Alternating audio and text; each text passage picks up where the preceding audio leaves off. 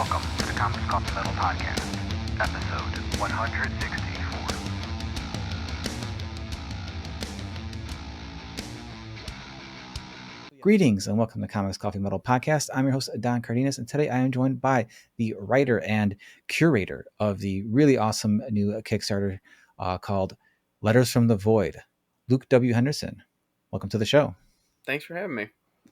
Thank you. Well, thank you for reaching out and contacting me, checking out the Kickstarter. It's really a really interesting looking book, and you know they the lineup in the book of fellow creators is pretty stacked, including friend of the show, Wells Thompson, being on there just recently on, and some other fantastic people like Kelly Larkin and Mitchiums and just it's stacked. It's stacked. But we'll get more into that later. Again, it's a really cool looking book, and I'm just to see how it all came together and what kind of stuff we can expect from it. But rule of the show, got to do it first. Luke, Comics Coffee Metal, what have you been digging lately? You know, I've been actually thinking about this ever since we set this up because I am a big metalhead, but I've actually been kind of on a hip hop kick lately. Yeah, that's fine. But I did actually in the last couple weeks just kind of get a little. I was really into King Diamond in college. Okay, cool. I got a little nostalgic for him, and I started diving back into his albums again. So for my metal, just King Diamond is Nice. who I've been listening to recently. You familiar at all? Yeah, I'm definitely familiar with King Diamond and Mercyful Fate. Granted, his style of vocal art is not my go-to per se. But so like the extent of my King Diamond Mercyful Fate listening extends to the Metallica medley cover they did. So it's not exactly them, but hearing the songs and all that, I should probably give them another shot. I should probably go back because it's been a long time since I've tried them, and my tastes change and adapt and grow. So I should really check it out. And I know them mostly because in the early 2000s, I was in a band and our guitar player was a huge King Diamond fan, and he could actually do like the high falsetto screamings.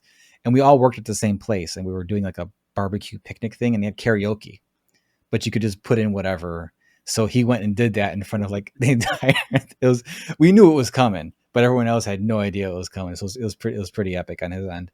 But aside from that, in terms of like the music, like I'm a sucker for good riffs, and they have tons of good riffs in those songs, and like it's just getting the vocals to line up. But that's the same thing I experienced with like death metal before, and I really got into death metal now. So I should owe them a chance to go back and check them out.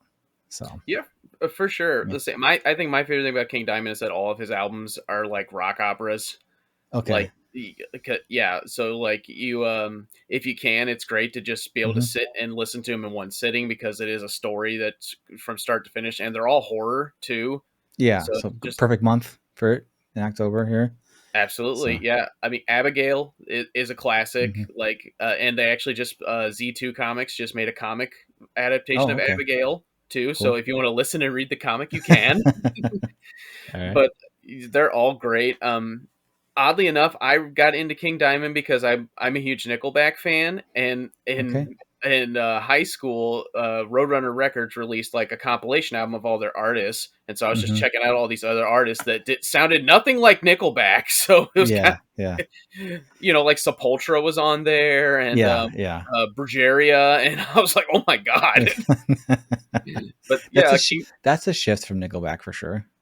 Yeah, definitely. Especially since I checked out Brujeria and I was like, okay, Brujerismo, and then their next most popular song was it was basically the Macarena, but it was called Marijuana. And I was 16 at the time. Sorry to pull out my half Mexican sign, but Brujeria is that's the side project from Dino Casares, the guitar player from Fear Factory, I believe. Oh, I didn't know that. I love Fear Factory. That was, I believe that was his death metal. I think they still have done stuff recently, or not that long ago, I would say. And then everyone knows Sepultura. Like that's just, they're legends at this point. But yeah, it's interesting to hear you say you're a Nickelback fan, because you don't come across a lot of people who, will openly admit that. And I am someone who, the first two albums I think are fantastic. I think, I know How You Remind Me got played out or whatever, but like Silver Side Up is a really just like awesome record. There's a ton of great tracks on there. And for me, musically, like instrumentally, they are still killer. But like lyrically, they lose me so much, because they kind of shifted into this like frat rock lyric kind of thing, which, it's fine, whatever. They're no sweat off their back from me not listening to them as frequently, but that kind of like lost me quite a bit when with like, so many of their songs were like geared to that, considering for the first two albums that I really enjoyed. But I can still say like the production on their album is just amazing.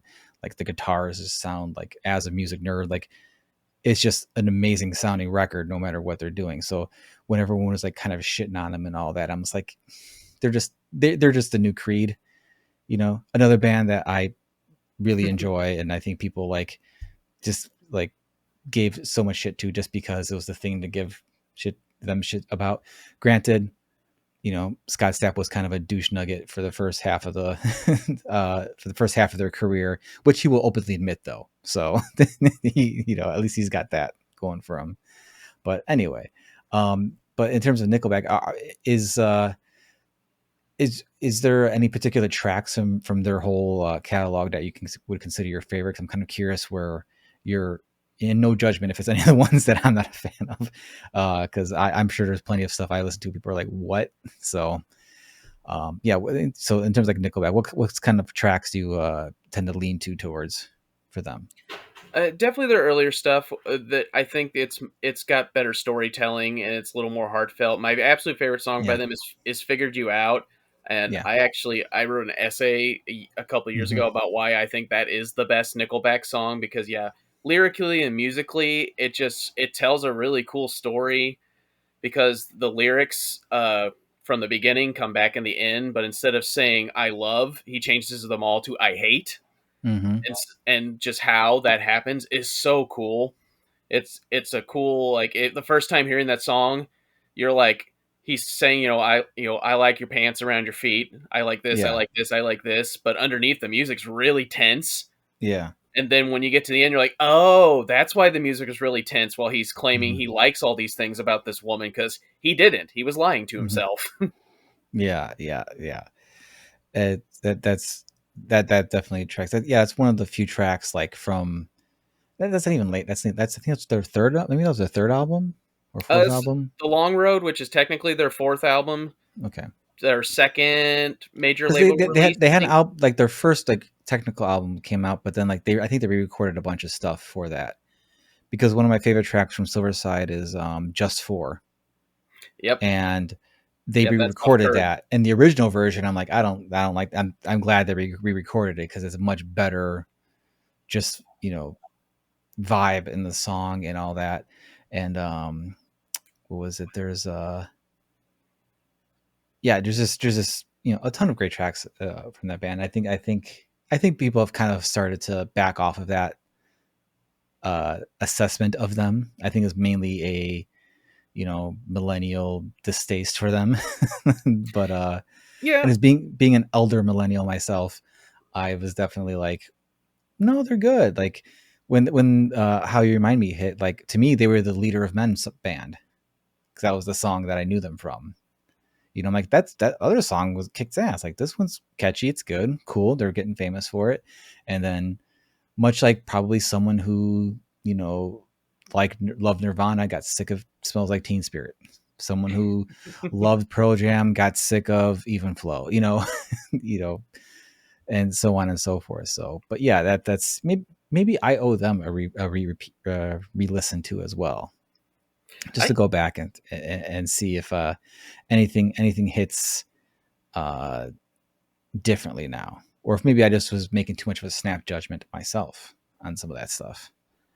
I definitely recommend everyone go back and listen to Nickelback because I mean I'm fully admit I'm probably the biggest Nickelback fan. I've seen them live like 7 times. I have all their albums on CD. I written about them a lot, and they're just they're kind of in this weird space in music history because they were a part of that post grunge era, and Mm-hmm. everyone who was a huge grunge fan in the '90s almost like followed those bands with like a cult like zeal.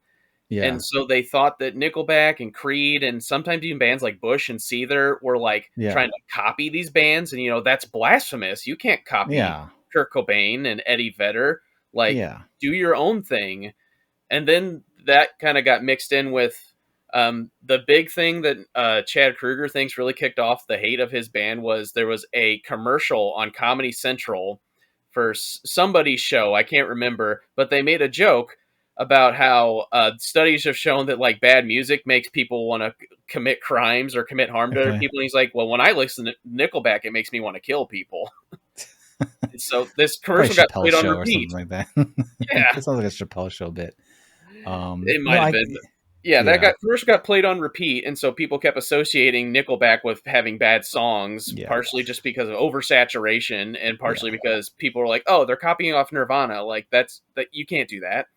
yeah. I totally get that. And then I think when that song Photograph came out, like it was right in that time where people like the memes of it, like instead of people kind of like uh embracing like the general humor of it or whatever, they're like, yeah, this is funny because also they suck. Like, the look at this photograph stuff and all that. But kudos to them. They've always took it in. I'm sure it hurt sometimes. It's like, what do we do, man? Yeah, I think there's a whole lot of there's a whole documentary about that kind of stuff, isn't it? Or a yeah, general documentary about them yeah. kind of It's dealing on with it. Netflix. It was a Yeah. Nickelback funded a documentary. Yeah, just kind of about their career, where they came Hmm. from, and how all of the mass hate, how that affected them and whatnot, and like kind of where they are now. And yeah, Hmm. it's an interesting watch. Like I didn't know that Nickelback was basically from a super small town in Yeah. Canada. Like Yeah. so small that they basically self-funded their first tour and their first couple Hmm. albums by themselves by just basically begging their family and friends for money. Like it's crazy. Yeah. Like they basically made their career themselves.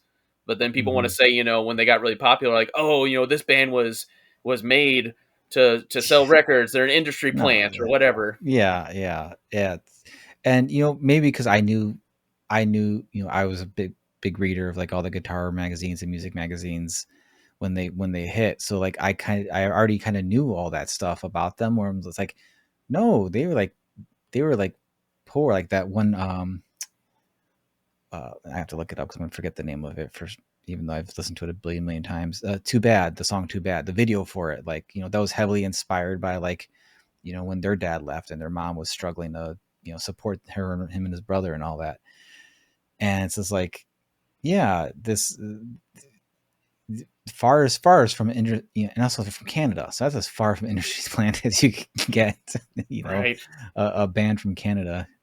Um, but whatever, everyone else is lost because again, there's some really great music in there. There's some really great riffs, and it's kind of I feel like there's kind of a shift now because people are not being as like they're looking at these now considered classic rock bands, I guess.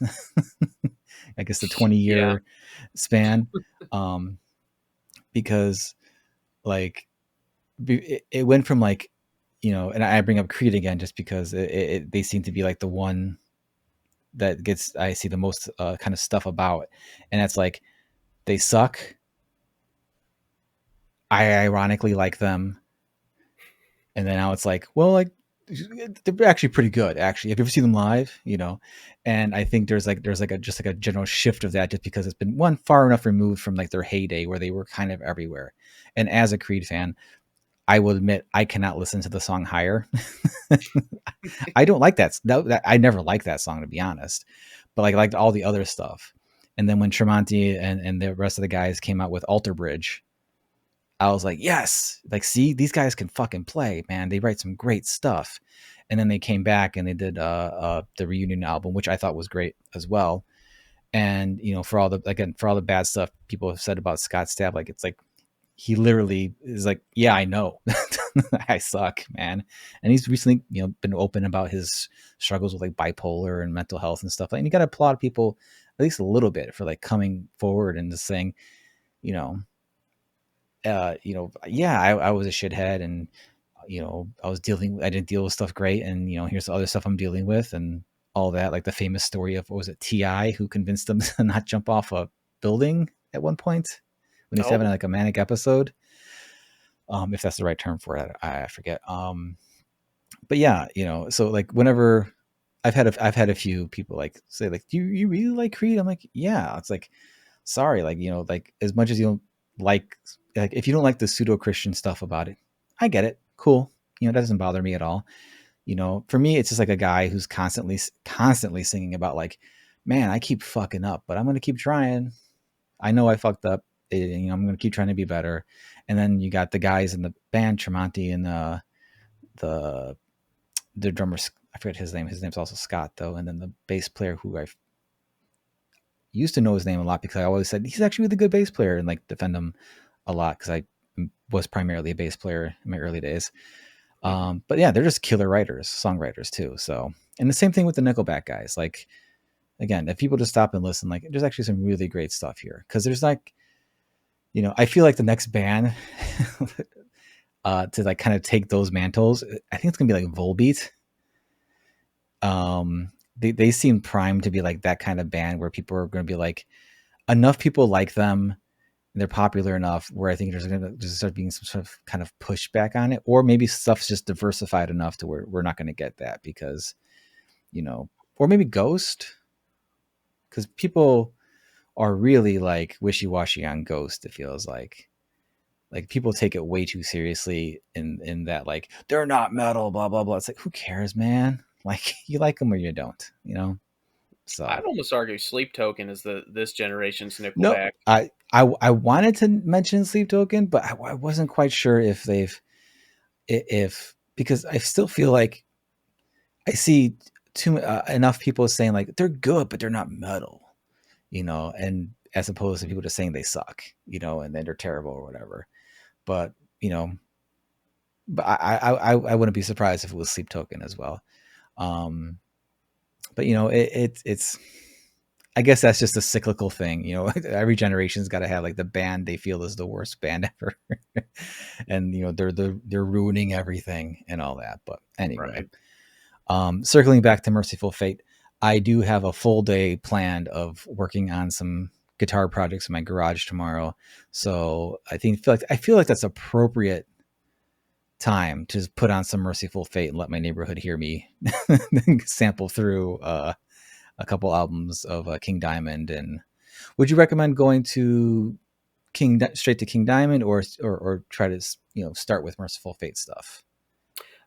Mercyful Fate is their albums are you could probably skip around their albums and be okay. King Diamond is definitely like sit down and listen to one album at a time type deal. So yeah, if you're wanting variety, Mercyful Fate. But yeah, if you want to get really into one specific album at a time, yeah, King Diamond for sure.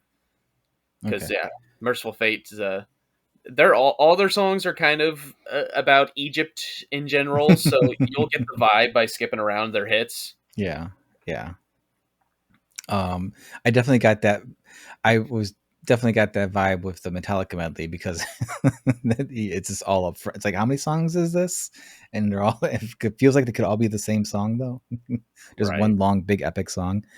And I do want to say that I do appreciate the birth of the two bands you mentioned, Nickelback and King Diamond. That's a wide span between like types of like rock and metal and all that.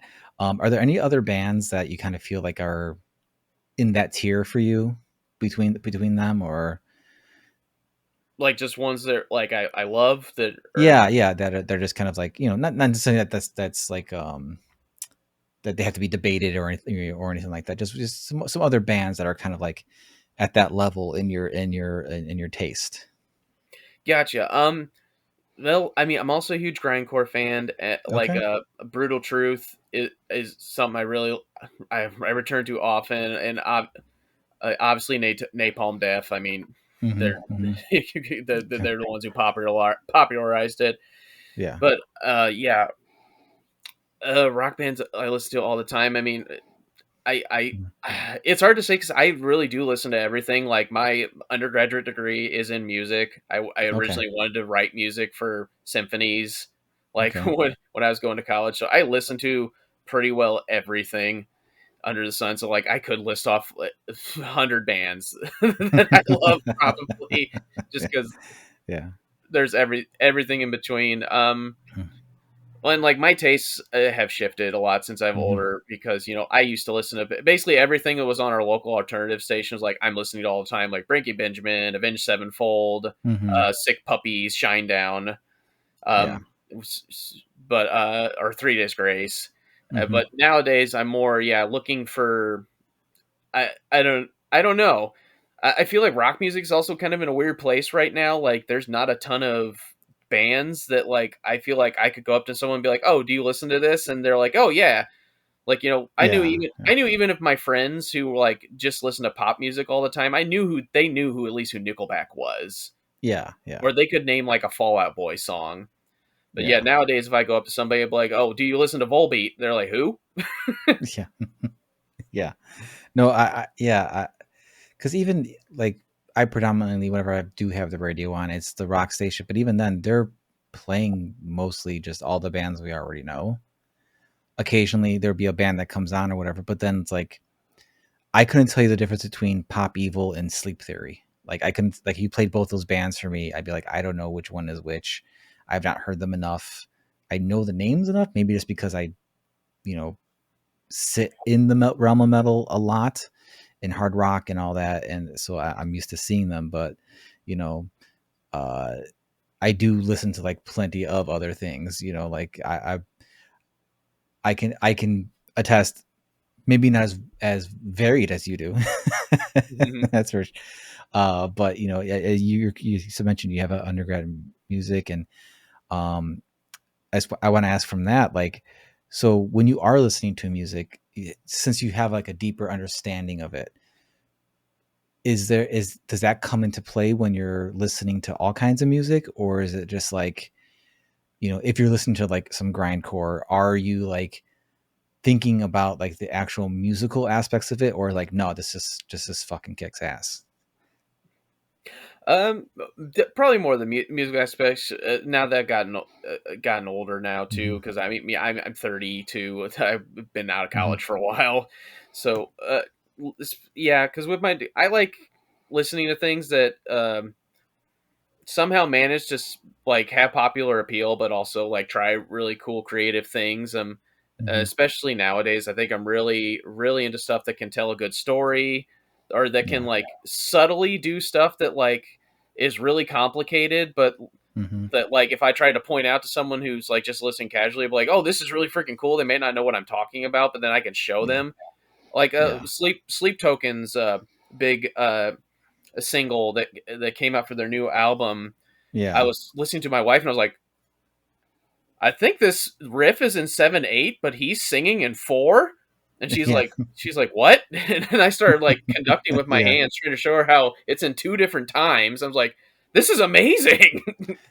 You know, that's usually something reserved for someone who's trying to explain Tool to you, or you know, you don't understand. Here's what's going on here, and you know, that's one thing I do give credit to a lot of bands like Sleep Token and stuff like that, where they are there's it sounds simple, but it's like, no, there's like layers to this. And you know, I'm, despite appearances, like, I don't know a ton of music theory, but I know enough to where it's like, yeah, time signatures can seem daunting, but like once you just kind of get the pattern and going, and then you figure out like, oh, I can just overlay this on top of this, and it creates something different on these, you know, several bars later or whatever.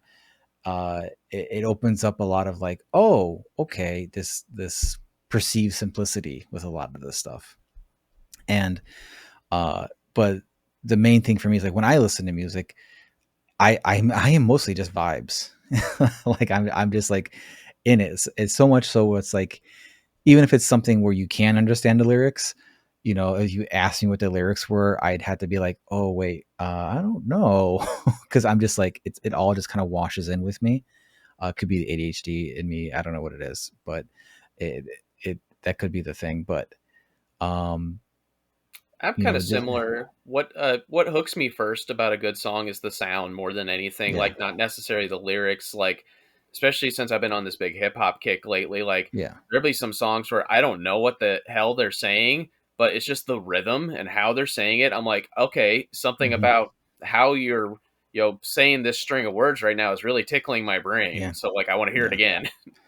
And while I'm not a very big hip hop person, like I have seen enough like clips and videos of like, really talented rappers, like kind of explain like I'm going to do, here's my beat in 4/4, but I'm going to do this in 7/8. And here's how this is going to sound. This is how my cadence is going to sound with this. And then, and like they're showing you and all that. And it's like this, and I love it just because it flies in the face of the general, kind of, attitude a lot of people had towards rap, where it's like, oh, it's not real music or whatever, because that still happens, but it's like, no, there's some shit going on here. Like if especially, going back to instrumentation and all that, like hearing some of these beats that people concoct and how these things come together, it's like you don't expect that. Like it's really become a really unique and cool art form in and of itself. Sampling and a lot of the digital tools now, you're able to like, whenever I see like a video, just someone watch me make this beat with this tin can and whatever other household things, and they're just clicking and doing all this stuff. And since I do know some recording stuff, I'm like, okay, I know what they're doing. That's really cool. That's really creative. And it's just like, it reminds me of like art and comics, where it's just like, the tools are are just that. They're just tools. The creativity is that's really the big driver. And there's so many more creative ways to do things and make things more interesting. So, yeah, it's definitely a very interesting time, I think, in music.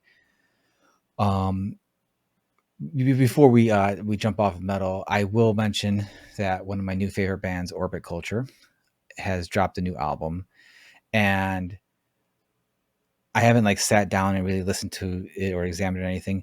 I don't think they do anything crazy time signature or anything wise, but they have such like that refined simplicity with so much of their stuff that it's just like, it just tickles all the riff centers in my brain and the vocals and all that. And so like I'm always trying to recommend them to everybody. Like, so I think they're one of the newer, heavier metal bands, because they have clean vocals and harsh vocals that I think people, it could bring a lot of people in to like bridge gaps between people who are just like more fans of like more traditional type of metal versus people who like the guttural vocals or the harsher stuff and the heavier, bigger, fat riffs, the lower tunings and stuff like that.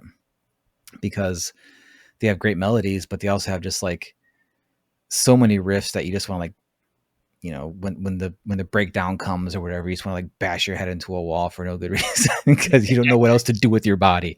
You're just like, I got to do something. So yeah, I would highly recommend checking them out. I'd be interested to see if they tickle your fancy at all with any of that. But I think we've espoused enough with the metal and all that. I appreciate, I think this is the first time King Diamond has been brought up. So yes, I think I could check that one off the list of one of the classics that hasn't been mentioned yet.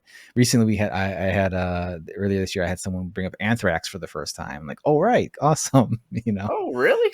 Yeah. Usually they're considered one of the big like four of metal bands. Yeah. It's I think and I'm glad like whenever someone comes onto the show, like they usually tell me like, I've been thinking about like the metal, like what am I going to talk about? because there's so much whatever. Like I appreciate that because I kind of like do that all the time. I'm always thinking about like the different metal bands and looking for new stuff and searching stuff out. So like if I can like just like push a few more people, like, I wasn't really listening to metal, but then like I was gonna be on the show, so like let me go back to some stuff I was listening to and I really got into this again and blah blah blah. And like I feel like I'm doing my part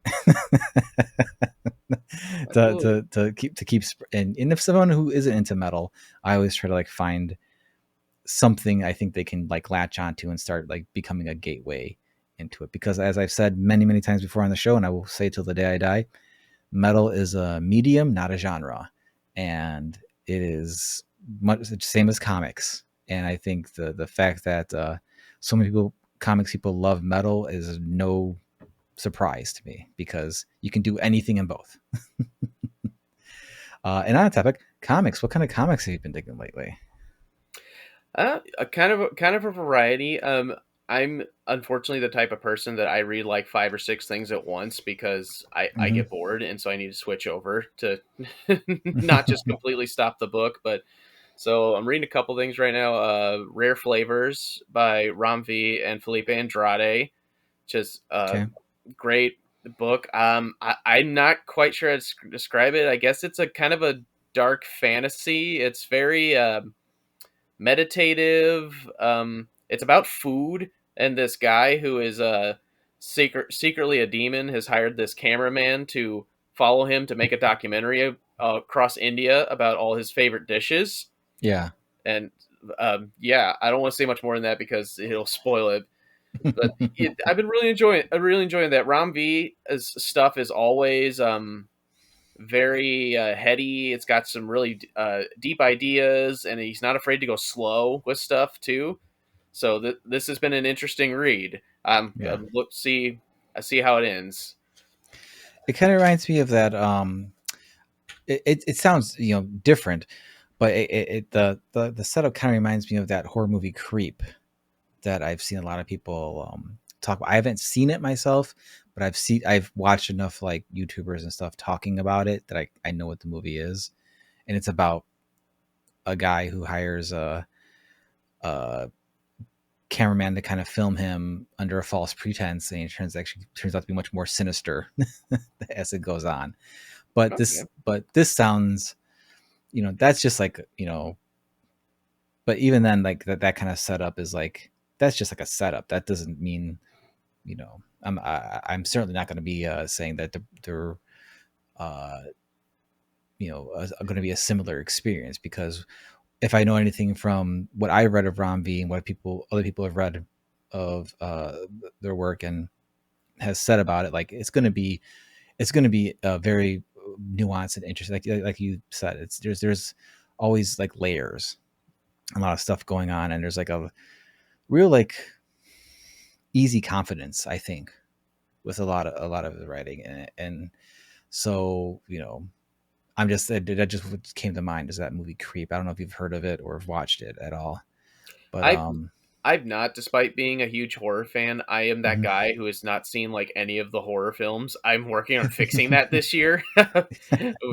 especially now that all the horror movies are on streaming. Like my wife and Yeah. I have been trying to watch like horror movies Mm-hmm. almost every night. Like we watched almost all the Conjuring series and Okay. like Insidious, and I started VHS this week, just like Oh, just okay. Okay. random stuff. Okay. Yeah, the VHS series is interesting. It's a lot of ups and downs for sure. You get that with any anthology films of that nature with that. But I hear the past couple ones that Shudder, I think, have exclusively funded, produced, have been really good. So we'll see about that. But every October, my wife and I are kind of the same. We're like, let's make it a horror month. Let's watch a bunch of horror movies and stuff. But the problem is our tastes in horror vary so much. I'm a gore hound. She's more of the exorcist type. So, well, she's like, oh, maybe watch The Conjuring. And I'm like, oh, I guess, not that it wouldn't be good or anything like that. Just like it wouldn't be my first choice. So it's kind of rare where we find something that kind of like, syncs up with us, uh, with our taste that we both really dig. There's a few things like that. Like I think Barbarian was one of the last ones. I think both of us were like, yeah, that was good. Like that was like me, like that was fucked up at the end. And she's like, it was really suspenseful and like just, so, but yeah, Creep's not one of those ones because I think I'm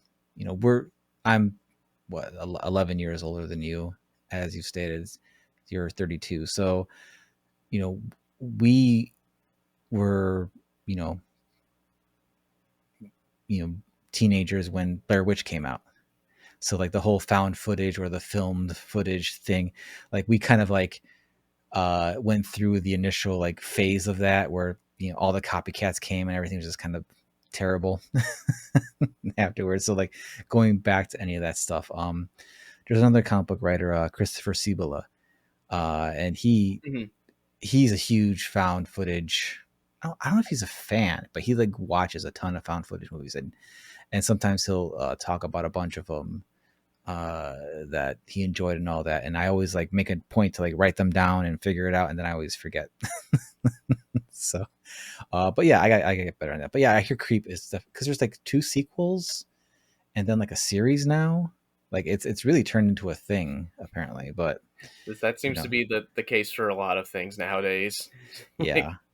You stop paying attention and there's a TV show of it now. Yeah. exactly. So yeah, so yeah, I'm still trying to find some of the stuff that I think that matches both my wife and I taste. But it's kind of hard when like I've grown up watching the basket case movies, or like whatever schlock was on Trauma stuff that was on HBO when my parents were asleep and I snuck downstairs to watch TV when I was a kid, and versus non-trash that she enjoys. Right. But do you and your wife have much different tastes when it comes to horror movies or just like general media? Uh, uh, we like a lot of the same things. I think I really love something that's got like a lot of stuff for me to chew on and think about. Mm-hmm.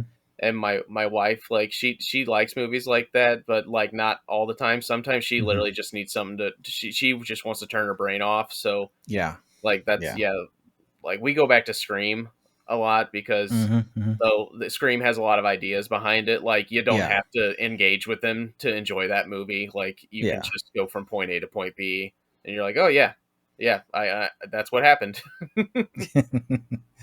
No, I totally get that. And I feel like, that's another thing that my wife and I, we always end up like when it's like a movie night, we're like, man, there's so much shit going on. Like, I don't want to be bummed out right now. I want something like we're my wife and I are just dying for a good comedy. We're just dying for that. And last weekend we tried Naked Gun, and I'm like, because I heard it was like, oh man, because I was a huge fan of the original Naked Gun films and Police Squad, so I'm like, I was excited for it, and I was hearing it's so great, it's so great. It's a return to this kind of like fun comedy film and stuff.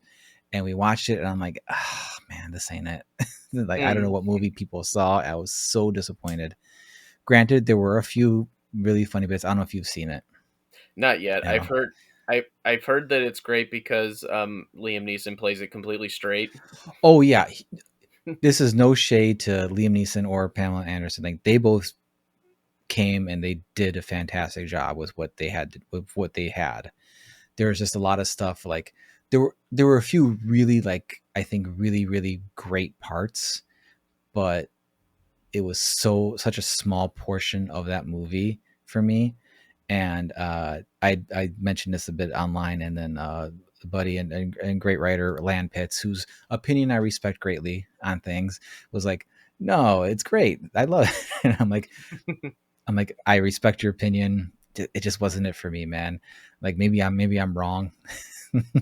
But because I think the last like really solid funny movie we saw was like Bridesmaids, and that's like what, over a decade now.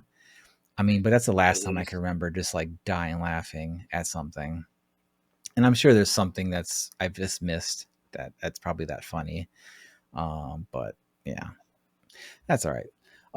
So in terms of you mentioned that one comic. Are there any other comics you've been going? Because I also understand when you're making comics and you're in the middle of a Kickstarter for a comic, you don't really have a lot of time to like read. Or if you do have like downtime, you're like, I don't know if I want to fill it with more comics right now. I need to feed my brain somewhere else. Right.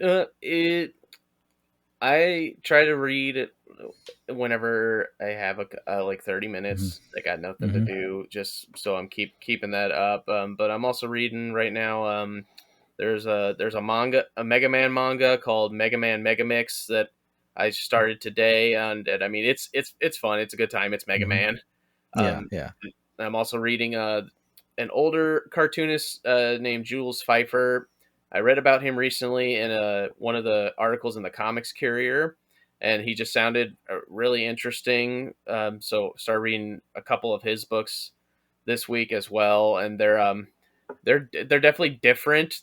They're pretty funny, but they're kind of a dark Mm-hmm. humor Okay. as well. Like yeah, a lot of they're written in the 60s, so like a lot of Mm-hmm. jokes about how the government is corrupt, and Okay. how we're fighting the commies and all that. Oh, okay. Okay. Yeah, I'm down for some good dark humor. I'll have to check that out as well. Well, how about coffee? Are you a coffee drinker I do. or Yep. okay? Yeah. Okay. I don't go too wild with the Mm-hmm. coffee. Like I'm pretty basic this time of year. Like it's pumpkin everything. I love pumpkin spice coffee. Like not ashamed to admit it. Or like cinnamon roll flavored coffee this time of Okay. year too. Like I do like my coffee to be a dessert in a cup. Okay. Hey, I've I've had coffee always, and I've talked to people who love it in all ways. Is there a particular pumpkin coffee drink that is like the one you wait for all year? Uh, Not really. I mean, I'm not a huge Starbucks drinker, and I try not to buy coffee all the time, Mm-hmm. just because it starts getting expensive. Mm-hmm. I there is a Trader Joe's has a good pumpkin coffee brand that I like to make at home. Most recently, though, there's been this chain of drink stores pop up called Seven Brew. Are there Seven Brews around your area? I have not seen any. Um, no, I can't say I've seen any pop up Okay, around us or. it's newer, and I'm wondering if it's more of just a like a Missouri Illinois thing right now. But it's basically like they kind of got the Chick-fil-A setup where you drive up and there's people with iPads that take your order while like Okay. you're walking, so they can keep the line moving. Like Okay. they don't have any seating or anything like that, so you literally drive Hmm. up, you order whatever you want to get, and they have like an insane amount of flavors you can put in your coffee, and they also make smoothies, and they make their own energy Mm. drinks and teas, and so yeah, Okay.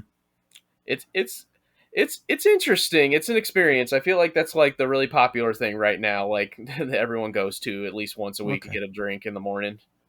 Okay. I live around north of Chicago.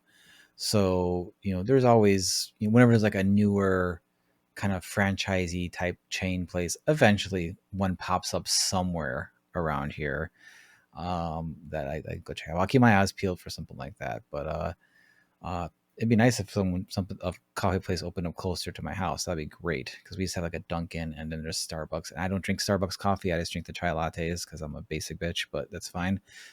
you know, I'm happy with my chai latte. I'll make my coffee at home and all that. But yeah, it's fine.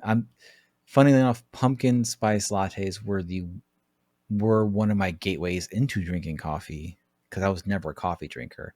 And then like my mid 20s, when like the pumpkin spice latte thing kind of became a thing, I just my wife was getting some Starbucks and I was like, I'll try some. And then I'm like, oh, this is actually pretty good. I kind of like this thing. And then like as I got towards the end of the cup, I was just like, this is like all sort of, I was like really put off by it. But then she's like, well, they have this other thing called like a chai latte you could try. That's kind of tea because I was a big tea drinker.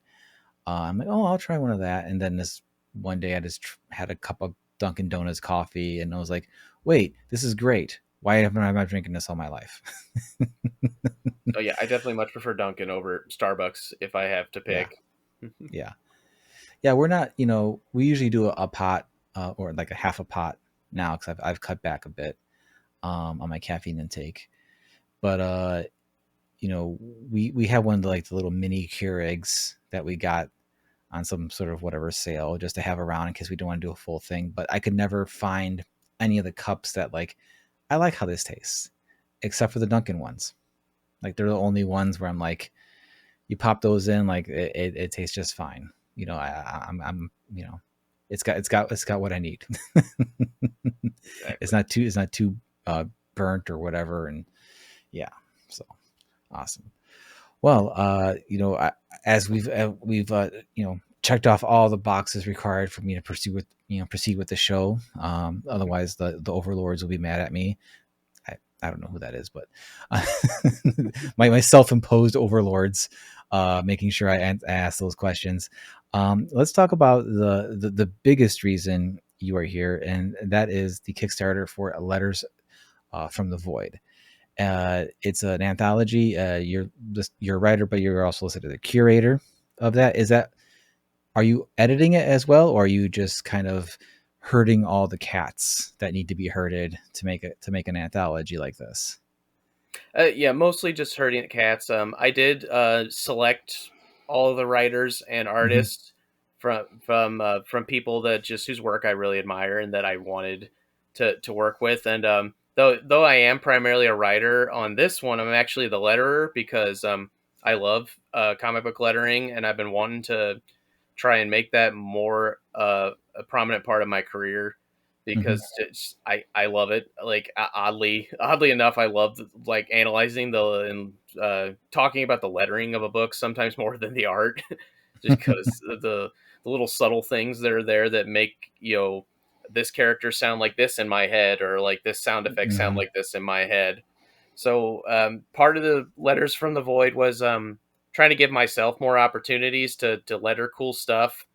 So I wanted people who I knew were going to write good stories and stuff that I'd love, that I'd have really good opportunities to slap balloons and caption boxes on top of the art. And yeah, I knew that I wanted the book to be titled something about letters because like this is a book that's being curated by a letterer. It's supposed to give Mm-hmm. me opportunities to letter. And so the idea came to like, okay, well, what if these letters were from literally the embodiment of dread and anxiety? Because I love old EC comics and the horror books that Mm-hmm. like have a host that like Yeah. introduces the story in some sort of pithy way. Every time Mm-hmm. it's like, okay, what if our host was it was the void, and you don't actually see the void because the void is everywhere, and everyone has their own idea of what the void looks like. So we do actually have a 2-page introduction that I wrote for the book, and it's just done. There's no art or anything for that. It's literally just writing. I designed the page to look like it was like legal paper ripped out of a pad, and that the void Mm-hmm. actually wrote this letter to send to you, the reader. Awesome. I love that concept. It's a really great concept, and you know, I full on 1000% give you all props and respect for saying I want to do more of this thing. I'm going to make a big old project where I have to do more of this thing to really like, you know, get this in. And just by the examples that you have up on the page itself, I can see you are definitely having a lot of fun experimenting with the different fonts and all that. And I am while I primarily an artist, I have full respect for all letterers because bad lettering can ruin a book. Great lettering can make a book sing like you wouldn't expect it to, because like you said, it can control how you can almost control how you hear this character in your head, the cadences, where things, you know, fall in the balloon. And while there are certain quote unquote rules to follow with some of this stuff, you know, there's definitely like places to play. And, you know, I definitely feel like, you know, along with colors, which, you know, hopefully colorists are getting more and more respect, as they should. You know, it is definitely one of the art forms of comics that is still just woefully, you know, underappreciated. And, you know, it just boggles my mind, because it's like, I'm the type of person where, like, if I'm going to do something, I want to learn how to do it, you know. So I tried my hand at lettering, you know, I enjoyed it. I mean, I've been great at it, but I enjoyed doing it. I'm like, oh, I want to keep doing this. So I get you there where you're like, this is actually kind of fun. It's like a puzzle. You got to figure it out. You know what's where it's got, you know, what's got to fit, but like, how do I make it fit best? How do I, you know, as I said, make it sing? How do I create this flow with everything? And, you know, it is definitely something that's, I think I wish more people would like just do, you know, that's the one piece of advice I've always, you know, liked hearing and would share with anybody. Is like, if you want to make a comic, like, you make it, all of it, even if it's like 1 or 2 pages, do everything in it and realize how hard it is to do any of that. And then not to dissuade you, but to let's get you to feel like, okay, yeah, because collaboration is awesome and we're all a team, but we need to work as a team, you know. And you definitely built a really great team here. And I like the general conceit of the void and all that. I think we all can kind of really align with that and experience that, and all that. Is there any particular tiers or anything like that from the Kickstarter that you're really excited to have people check out, or you know, is obviously you just want people to read the book? You know, same thing for me when I have a Kickstarter. I just want people to get the book. I'd be happy if everyone just bought the book tier and got all that. But do you have any other tiers where you're like, this would be kind of cool if people, like, you know, really latched onto this one, or all that? So Yeah, I mean, I'm trying a couple new things this time around to just based on kind of the state of the world. Like, my highest tier is I'm offering a digital sketch cover version of the book. So hopefully, like, if you live outside the United States and yeah. maybe it's a little out of your price range, I'm hoping this would be able to get something cool. So, like, Mm-hmm. instead of, like, you know, you get the sketch cover and the artist physically draws in this would be Yeah. a digital drawing that has the book logo and number on the bottom, and you basically be getting your own unique PDF that I would send to you. And Mm-hmm. so it's basically it is a unique item as long as you don't share it with anybody. Okay. You don't Yeah. copy and Yeah. paste it with anyone. So I'm really excited about that. We'll see how that goes, because there's been a lot of people who are, like, you know, skeptical nowadays of people trying to make, like, unique or, like, Mm-hmm. scarce electronic goods, because, you know, NFTs have such a bad Yeah. reputation, or Yeah. people will do silly things like, oh, you have a unique copy of this digital comic on our website, but you can't download it or put it anywhere else. And if you wanted to sell it, you can only sell it through our website to other people who happen to be on our website. Things like that. So this is me trying Yeah. to kind of try and make a compromise, because I think there are ways to make unique digital goods Mm-hmm. that aren't, like, so constricting that you can't take them anywhere, but also aren't, like, basically me sending you a link to a Mm-hmm. JPEG and claiming Yeah. that it's a non-fungible token. No, and you know, I asked that question just because, uh, you know, take off the mask here. I did look at all the rewards, and I'm like, you have some pretty cool, like, you know, that one in particular, but also I really like the idea of a personal letter from the void. Like, that Yes. one was just like, all right, that's really cool. That could be, you know, to me, it's like, well, it feels like a no-brainer, but also like I don't think I would have thought of that, because it's essentially a writer's commission, you know.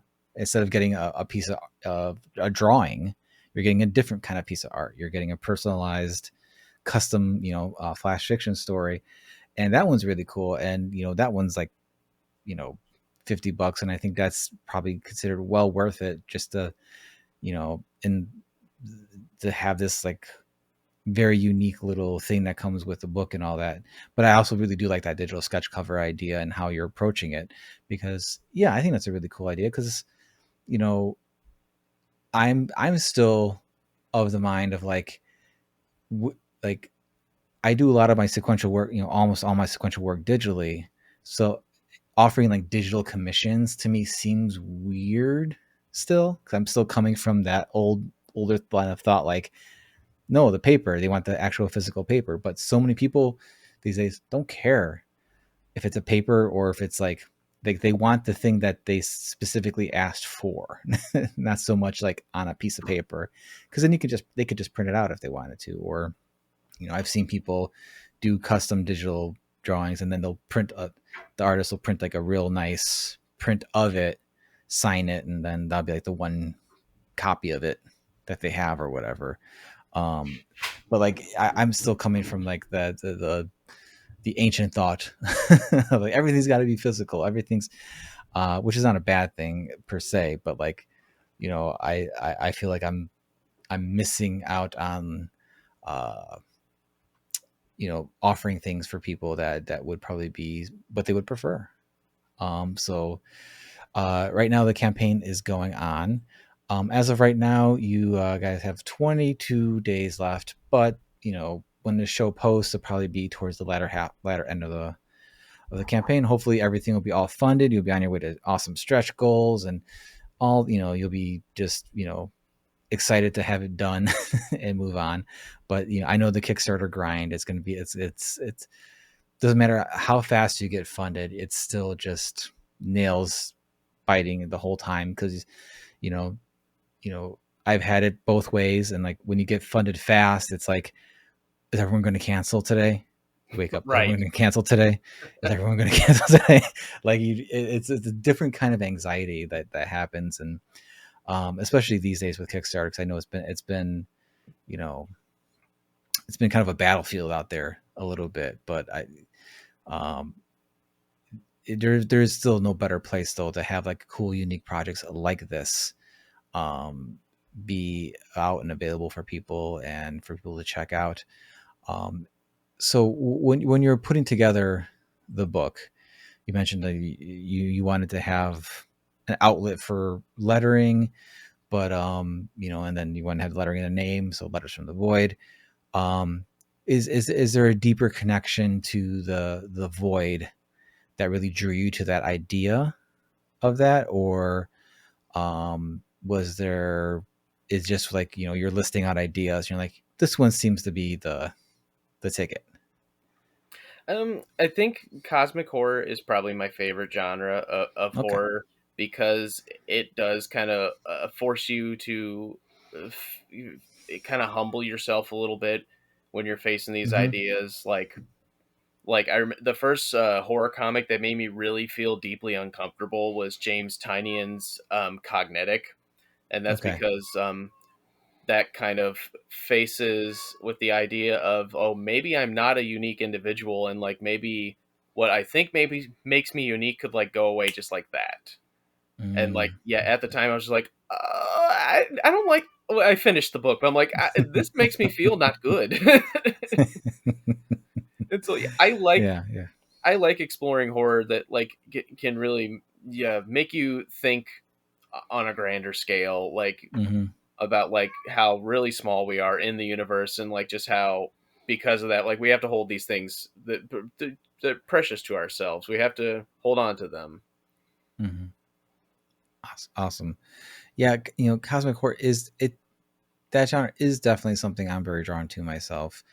And when you first contacted me about it, and I saw Letters from the Void, it made me instantly think of the fairly recent movie called The Void that came out, that kind of has that cosmic horror bent to it. Again, I don't know if you've had a chance to see that one at all, but No, that but I'm gonna one's check it out now.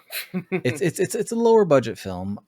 It's like a one location type thing, but it's definitely got this, like, it's this really great build up towards the end where it just has this cosmic esque,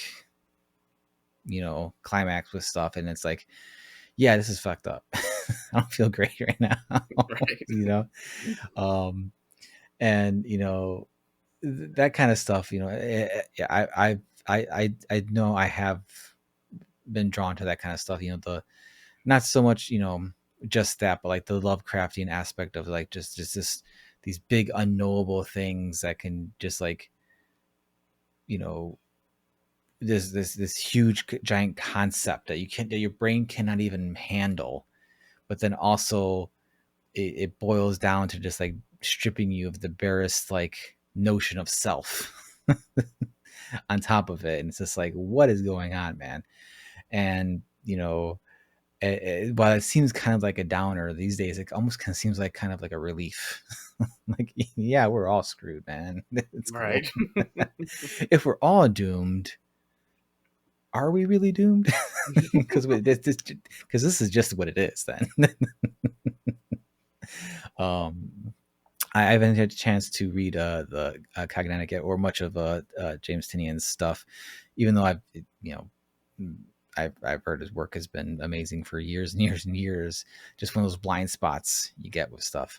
Are there any like kind of I guess, are there any like more like inspirations for kind of the vibe and the feeling of Letters from the Void that you're going for from other stuff? Um, I'd probably say the me you love in the dark.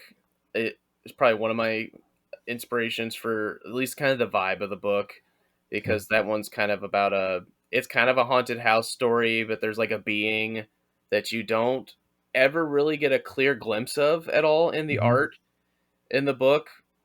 And so like uh that's kind of the idea. Again, the void is like, oh, we don't really get to see what the void looks like. It's just kind of a knowable thing that we just get to get letters from. So I like kind of like that aspect as well. But other than that, just all the cosmic horror books I've read that just have been great. Yeah, James Tynian's apocalyptic trilogy, which has a mimetic, cognetic, and eugenic, they're all great.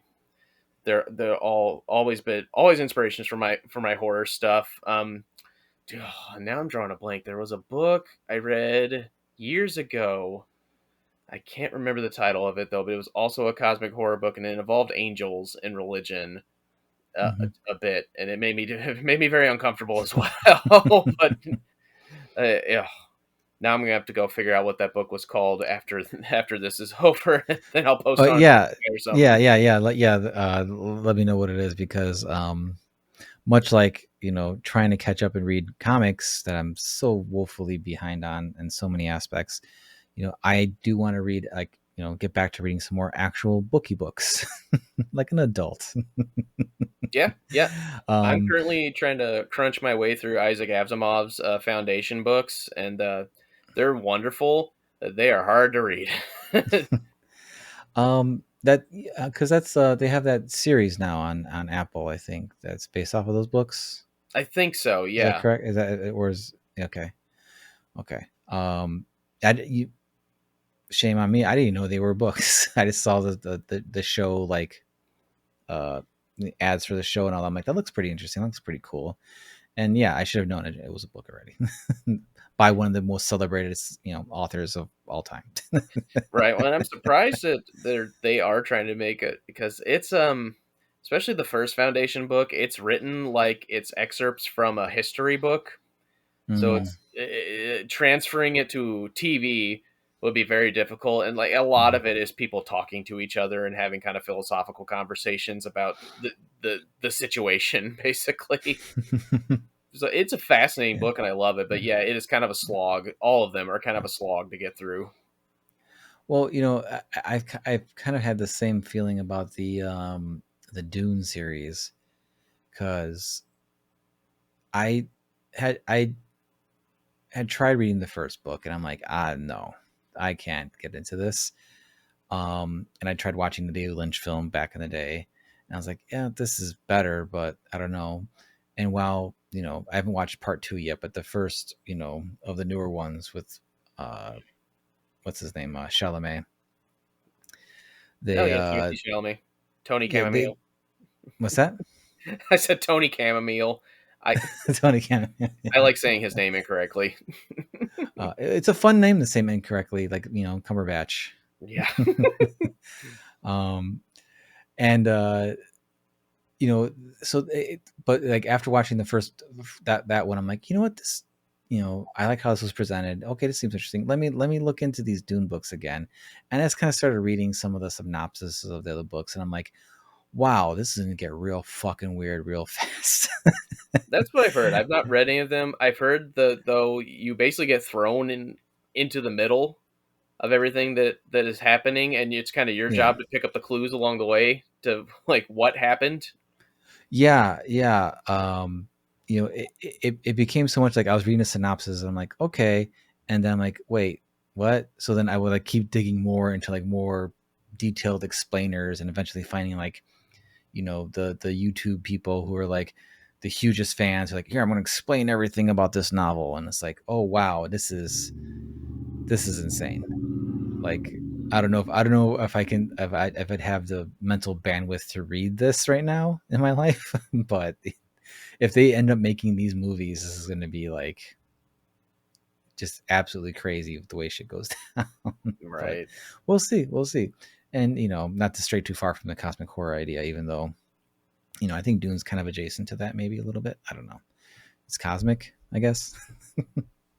Yeah. But Yeah, it's definitely got some yeah. ideas that I've not read them, but like it's one of those books people talk about all the time, so I feel like I know a lot about it, even if I haven't read Mm-hmm. it. And yeah, there's definitely some ideas in there that are definitely make me uncomfortable.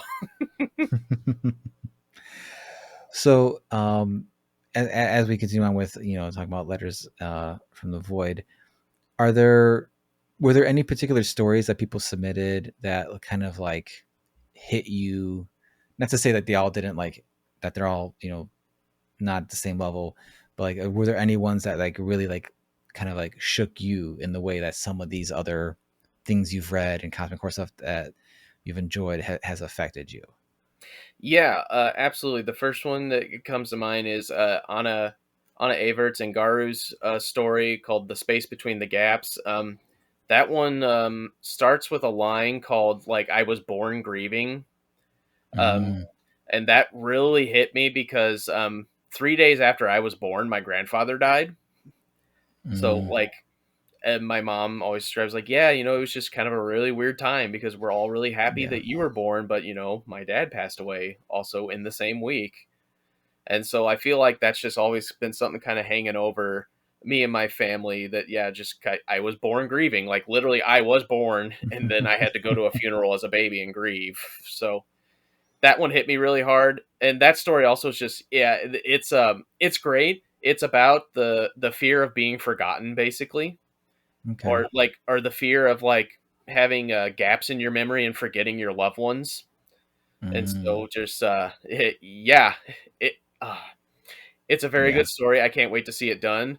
But I feel like it's gonna be one of those stories that I'm gonna have to read once and then shelve it away for a while.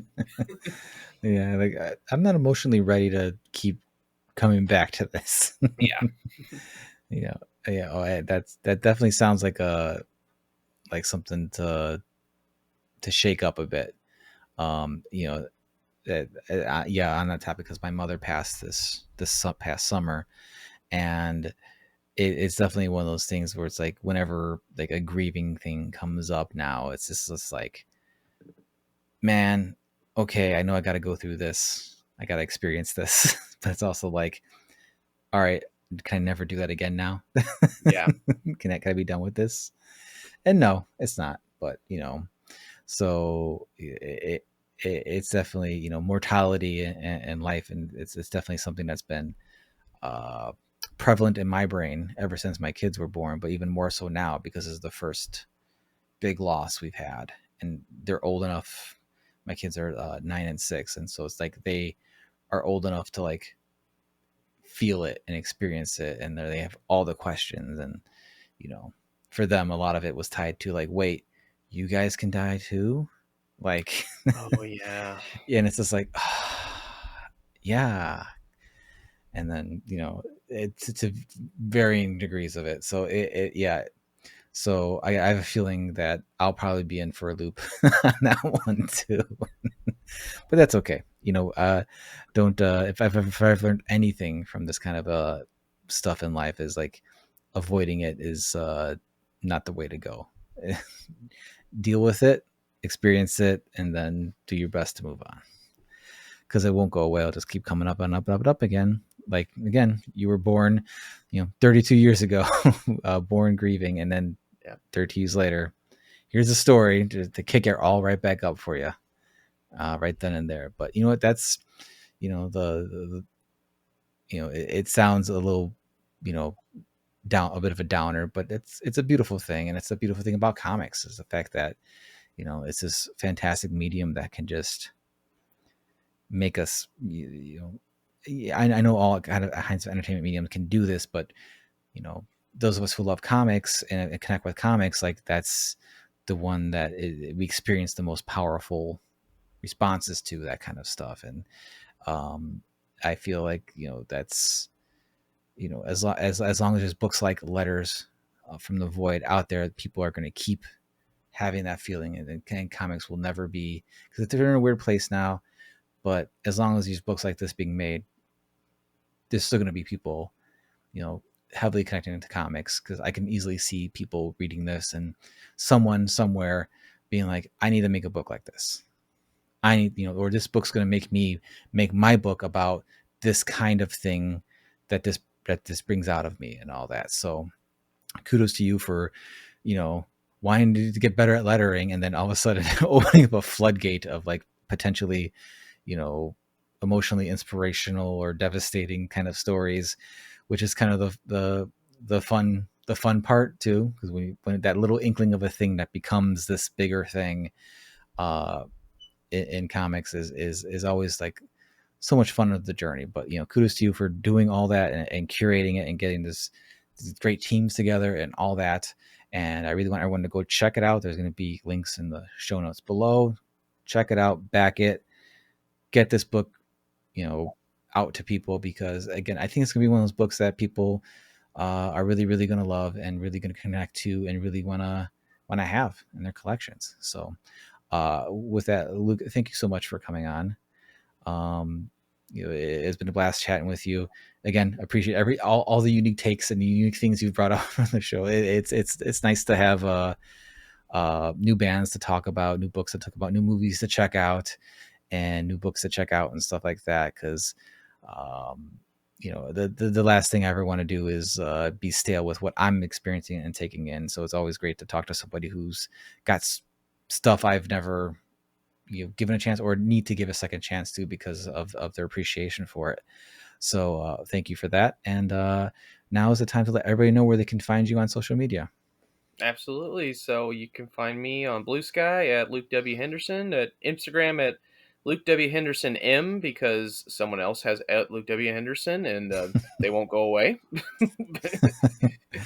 And other than that, you can basically find everything I'm up to under my Linktree, which is just Linktree/Luke W. Henderson. It's where my newsletter is, where all my projects I'm working on are, my portfolios, all my shops.